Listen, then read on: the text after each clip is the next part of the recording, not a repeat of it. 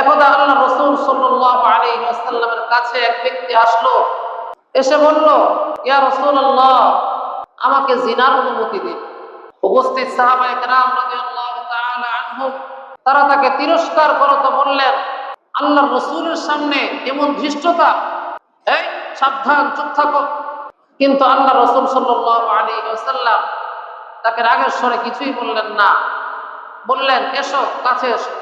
তো ওই ব্যক্তিটা নবীজি সাল্লাল্লাহু আলাইহি ওয়াসাল্লামের কাছে আসার পর নবীজি সাল্লাল্লাহু আলাইহি ওয়াসাল্লাম তাকে বললেন, দেখো, তুমি কি এটা পছন্দ করো যে তোমার মা, তোমার মেয়ে, তোমার বোন, তোমার ফুফু, তোমার খালা, তাদের সঙ্গে এমন আচরণ করা হোক, অর্থাৎ তাদের সাথে জিনা করা হোক? এটা কি তুমি পছন্দ করো? লোকটি বলল, ইয়া রাসূলুল্লাহ, আল্লাহ পাক আমাকে আপনার জন্য কুরবান করুন, উৎসর্গিত করুন, না, এটা আমি কখনো পছন্দ করি না।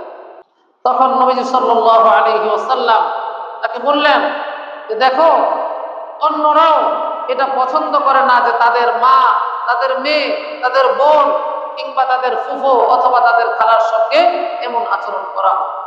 এরপর নবীজি সাল্লাল্লাহু আলাইহি ওয়াসাল্লাম ওই ব্যক্তির জন্য দোয়া করে দিলেন, হে আল্লাহ, আপনি এর গুনাহকে ক্ষমা করুন, আপনি এর অন্তরকে পবিত্র করুন এবং এর লজ্জাস্থানকে হেফাজত করুন।